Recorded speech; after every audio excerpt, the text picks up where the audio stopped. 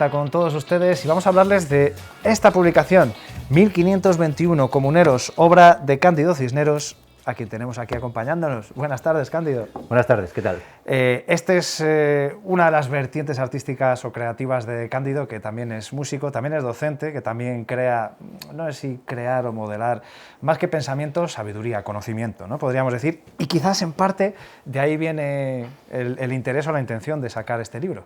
Bueno, realmente con la docencia lo que creamos es futuro, que es lo que más falta nos hace, ¿no? ¿Qué futuro? Pues cada uno el que acabe eligiendo, el que prefiera para su vida, pero al fin y al cabo futuro es lo que creamos con la educación, con la docencia y en nuestro caso con la música, ¿no?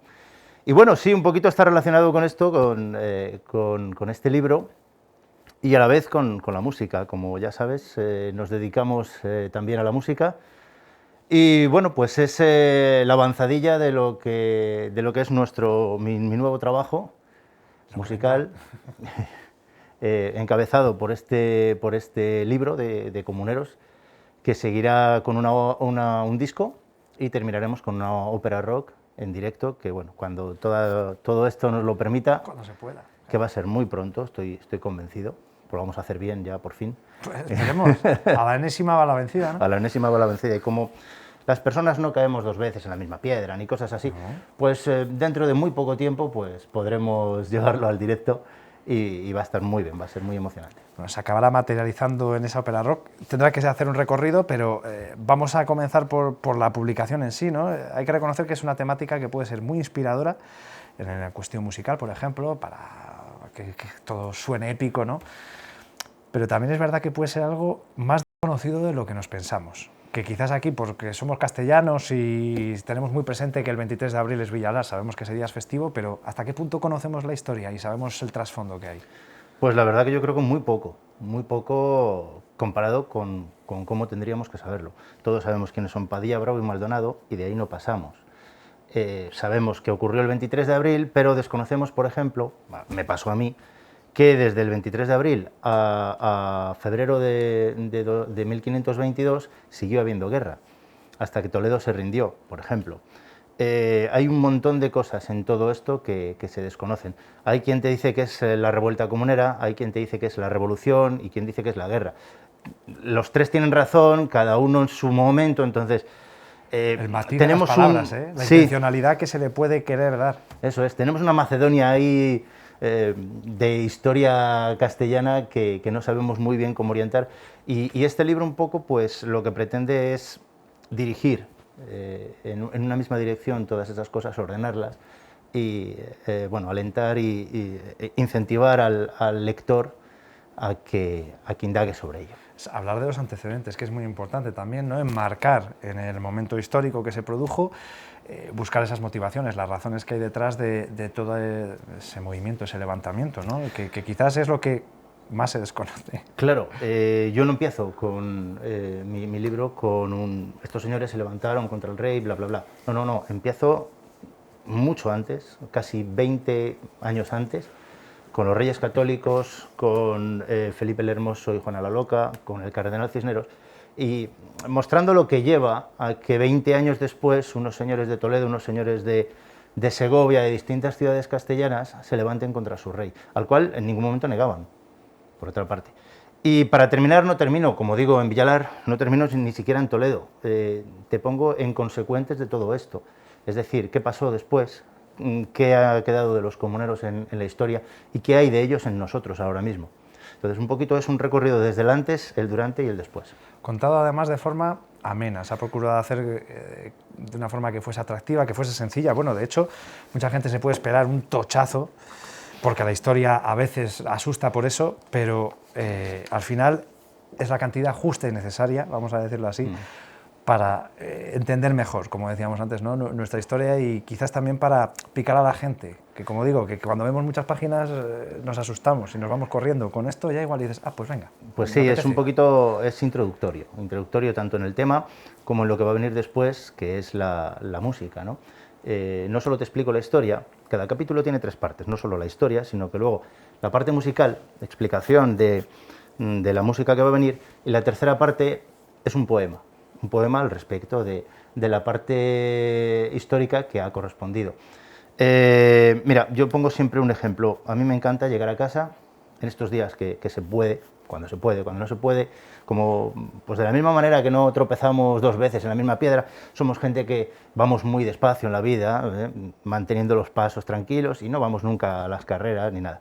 Entonces, los pocos días que llegas a casa con tiempo, con posibilidad de tomarte tu ratito de descanso, ponerte un disco, el que sea, el que prefieras, el que más te guste. Yo qué sé, puedes coger, yo qué sé, desde música clásica hasta los mismísimos Blind Guardian, por ejemplo. Cogerte el disco que más te guste, abrir una partitura, abrir la partitura del disco y leerlo mientras lo estás escuchando, a mí me parece una cosa maravillosa, incluso con Blind Guardian, como te digo. A pesar, ¿no? A pesar.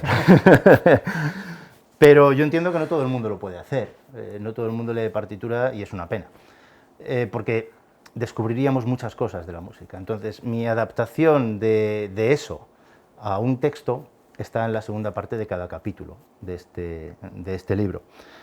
Entonces, me parece algo muy interesante, ¿no? Que tú puedas llegar, cuando esté el disco, tú puedas llegar a tu casa, poner el disco y a la vez estar leyendo lo que estás escuchando, ¿no? Tanto en texto, tanto en letra de la canción, como en la intención del autor, ¿no? En la intención de la composición.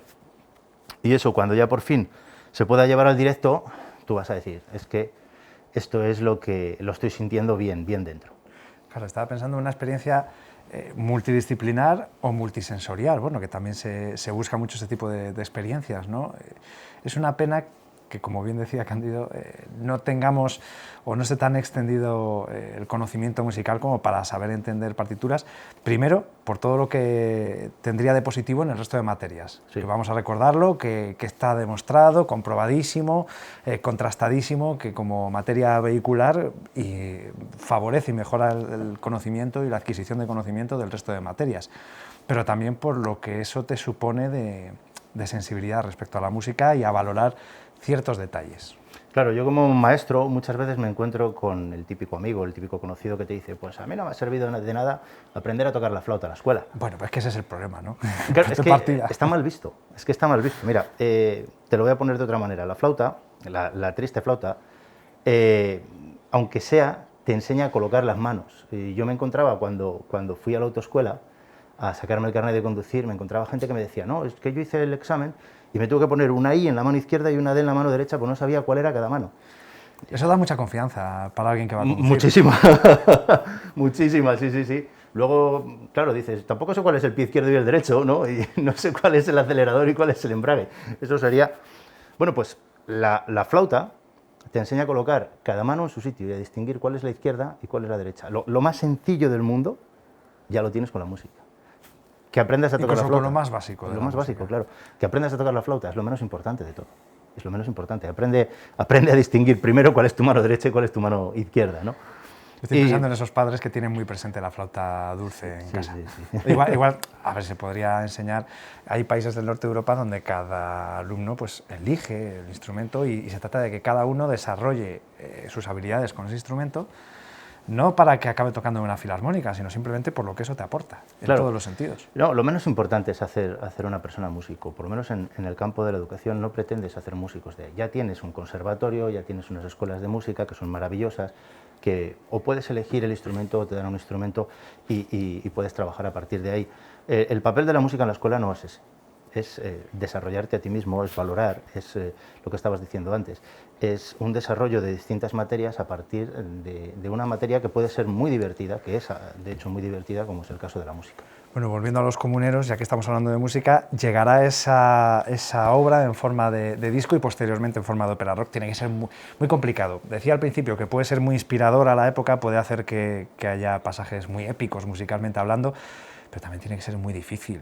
Sobre todo porque además cuando la gente ya, los que ya lo conocen o los que lo lean y conozcan la historia, transmitir esas sensaciones, bueno, es un poder que tiene la música, pero también lo veo complicado. Es precisamente lo que iba a decir. Ahí tienes el romance de Los Comuneros de Luis López Álvarez, tienes lo que hizo con él el nuevo Mestre de Juglaría, música folclórica, lo que hizo Lujuria, con el mismo romance, pero en versión heavy metal, lo que hizo Amancio Prada, un montón de artistas de diferentes vertientes, de diferentes estilos, que han sabido sacar precisamente esas sensaciones.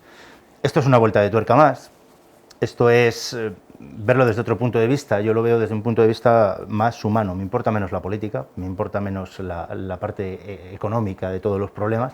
Por supuesto que las trato porque están ahí, tienen que ir, pero a mí me importa más los seres humanos. Me importa más quién era Carlos, me importa más quién era Juan Padilla y qué pasaba con todos ellos. Un ejemplo que pongo es qué ocurre desde que les apresan en Villalar hasta que les ajustician al día siguiente. No lo sé, léelo. Bueno, esto es algo que ya está al alcance de todos los palentinos que nos estén viendo, donde van a poder encontrar, en primer lugar, el libro, la novela, vamos a decirlo así. Realmente está al alcance de todos los españoles, porque se vende en toda España. Sí, se está promocionando en toda España, no solo en Palencia. En Palencia lo tenemos en todas las librerías, Librería del Burgo, Librería Amarilla, Librería Peña, Librería Iglesias, en todas. En nuestras redes sociales también, en Facebook, en Instagram, en el correo 1521comuneros@gmail.com. Si te cruzas conmigo por la calle es fácil que lleve alguna copia encima. Que te paren por la tele. Tú el de la tele, quiero eso que he visto que... Y luego lo tenemos en Galicia, lo tenemos en Madrid, en toda Castilla y León, en Andalucía, en Aragón, en todas partes. Se está promocionando y está vendiéndose muy bien, porque apenas hace 10 o 15 días que ha salido a la venta y nos lo están quitando de las manos, como dice el otro, afortunadamente, y espero que si alguien lo quiere, que no se descuide porque se queda sin él. Bueno, esperemos que siga siendo así. Esta es la certeza, el libro, que ya está, ya le tenemos aquí. Es palpable, es leíble, lo tenemos aquí. Iba a decir, le podemos oler, ¿no? Fácilmente. Con la mascarilla, ¿no? Sí. ¿Cuándo llegará el resto? Esto ya entramos en el terreno de las elucubraciones. Sí, un poquito. Permíteme que te diga, acabas de decirlo muy bien, se puede hasta oler. Cuando presentamos el libro el pasado 23 de junio en la biblioteca, la gente salía oliéndole y eso me encanta, me encanta. Eso se puede hacer con los discos también. Con los discos, es precisamente lo que te iba a decir, el libreto de los discos, el ritual de coger un disco, el ritual físico del disco y del libro. Eso no lo hace Internet, no lo hacen las redes sociales, ni nada, ni el descargarte música de Internet, eso lo hace... ¿Y sabemos cuándo llegará entonces pues esperemos que para otoño. Estamos ahí trabajando duro en la parte musical, evidentemente, la parte instrumental y vocal. Lo que sí puedo decir es un poco lo que digo siempre, ¿no? Alguien se espera una serie de cosas de una determinada persona, bueno, pues yo siempre incluyo cosas que no se esperan de mí en mis composiciones. Por poner ejemplo, la ópera anterior, en 7i, incluí bailes, cuando yo no sé bailar, yo tengo 2 pies izquierdos. Entonces, incluimos un grupo de, no sé, eran 20 personas bailando, que estaba muy bien y decías, esto de Cándido no me lo espero.